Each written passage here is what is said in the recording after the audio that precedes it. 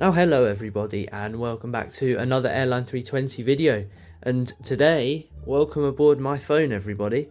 Yes, it's true, I've had these two pieces of flight simulator hardware now for quite a long time. Yes, I think about 2 years now I've had it. So I thought, why not give it a little, a little review, see how good it is and stuff, Without any more yapping, like and subscribe first of all, that'd be very, very helpful. Second of all, let's just get straight into the review.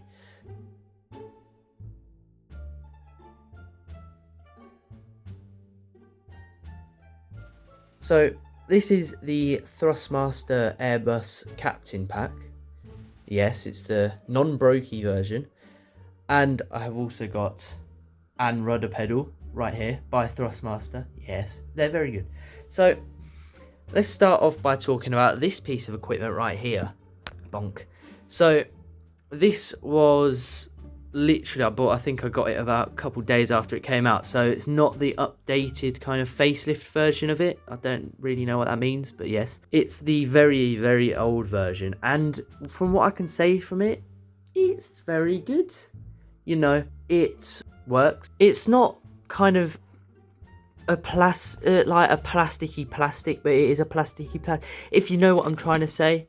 And you've got your button and another button and another button and too close for missile switching to guns button. Yes, that is on the real plane. I think it's for air traffic control and stuff. So that's the what's it called, a joystick. Thank you very much.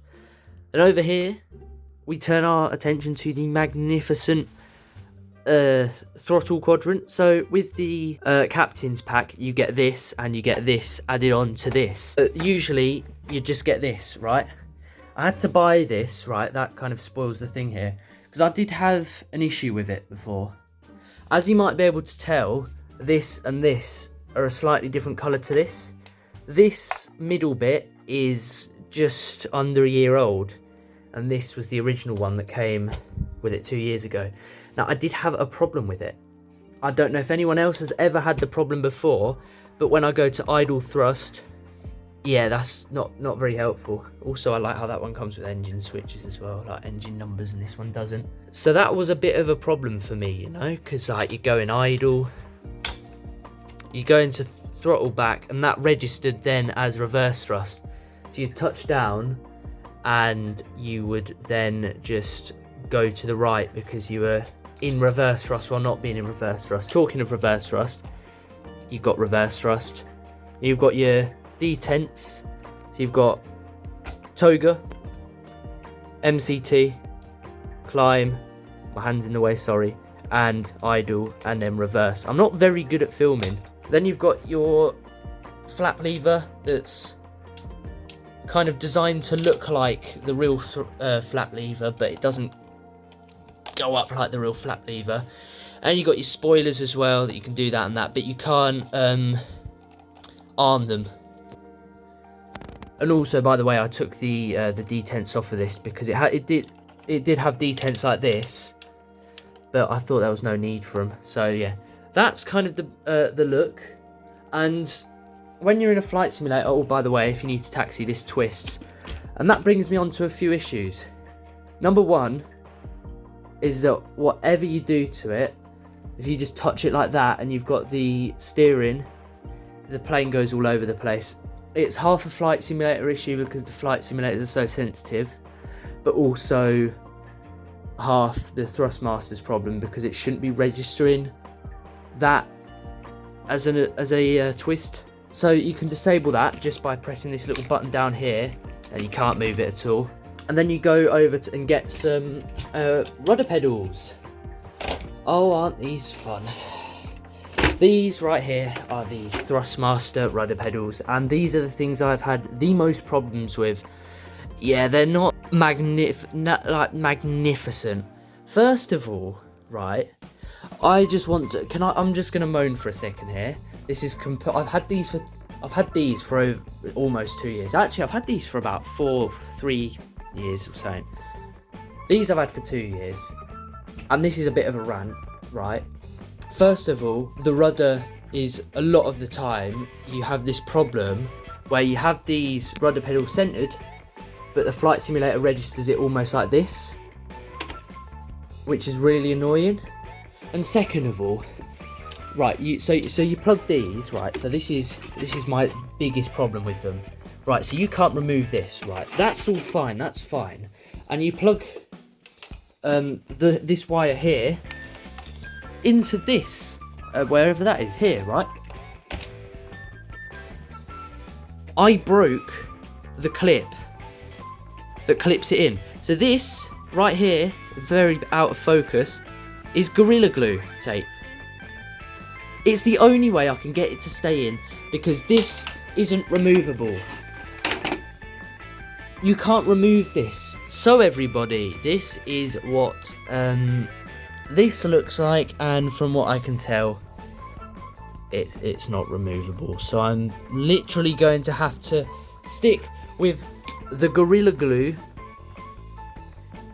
forever, because look, so these plugs right here, right, so they have a little thing on the end of them. My camera is so bad at focusing sometimes. They have a little thing on the end of them, right there, and that extends forwards and locks it into place. Somehow, really easily, I was just putting this on my desk and the clip broke off. So I have no idea what to do. Yeah, it's not the best, these rudder pedals, I'm not gonna lie. Okay, so we've got the proper review out the way now. It's time to see how it handles life in the Microsoft Flight Simulator. It also works in X-Plane as well, by the way. So what do you need to do to actually get this working? So all I need to do is simply drop this on your desk right there. So yes, everybody, the audio was kind of cooked there. So what I'll say is basically you put that on the desk, you put your keyboard there, and then you just simply plug it into your computer, and things are going well. Yes, the audio was kind of cooked there, so I'm having to do a voiceover after editing, but yeah, let's get back to the video. And it automatically is recognised by the Flight Simulator. I did just ignore that. And then when you get your rudder pedals, you just want to throw them under there, like that. Oh no, I've lost it. And then you just plug it in. What? My timer. That's my timer. Anyway, let's transfer onto the computer of life. Now, yes, everybody, as you may be able to see, we are in an aeroplane in an flight simulator. It is true. It is true. This is an Airbus plane, as you can tell. And what is the controls I just showed you got? Airbus. It's an Airbus pack. So, yes, pretty much every button on here does something in the flight simulator. So, for example, if we go into cockpit view so I can show you what's happening. If I, for example, you see that little button there? If I switch it to the right, it goes to ignition start, normal, crank, stuff like that. It controls the engine switches that I'm obviously not going to touch because I do want to like take off and show you what this can do. If I want to do the flaps as well. By the way, we're in the FS Labs A320 Neo. So if I do the flaps, it goes to the flaps. If I do the spoilers, it does the spoilers. The only thing it can't do is arm them. You have to do that yourself, so let's just arm them because we're taking off anyway. Rudder trim, as you can see, works, and then the little reset button works. Parking brake, that works. What other buttons are there? Oh yeah, auto brake. So you got auto brake, low, medium, max. You do have to set a couple of the buttons up just because they're a bit unclear, you know, of what they want to be doing in life. What in the world's going on here? Yes, this is the FS Labs A320 Neo, which is incredibly realistic and will have random faults with the plane. I don't know why that. We can't take off because the stupid nav and logo lights are broken. Anyway, so let's just configure our plane for and takeoff, and let's just go. So we're going to increase the throttles using our Thrustmaster. Oh yeah, by the way, rudders and brakes. And then obviously you've got your joystick that works as well. I will say, having used a real Airbus simulator, this joystick feels absolutely nothing like a real Airbus joystick. As in, if I want to turn a little bit to the left, all you'd have to do is move it a tiny bit in the real Airbus, like by that much. Obviously, in the flight simulator, I'm having to put it quite far back. This might be an issue with the flight simulator, but it also does it in X-Plane as well. So, yeah, it might just be me or the flight simulator. Who knows? Anyway, let's go for a takeoff. So we're going to advance the throttles just below the climb detent. There we go, reaching stabilised at 40. And we're going to let go of the brakes.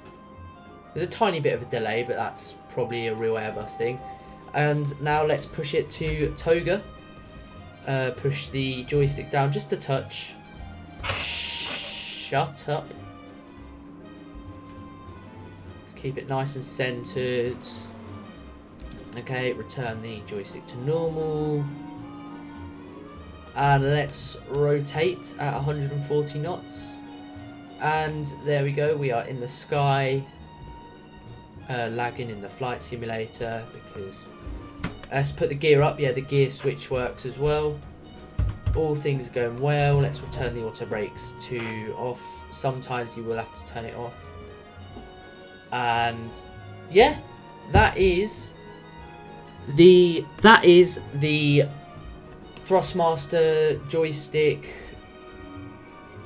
throttle and rudder pedals. I'm having a stroke. Thank you very much. So I do hope you enjoyed today's video. If you did, just drop a nice like and subscribe because it means a lot, you know, it's very helpful. So thank you so much for watching and I will see you in the next one. Bye for now.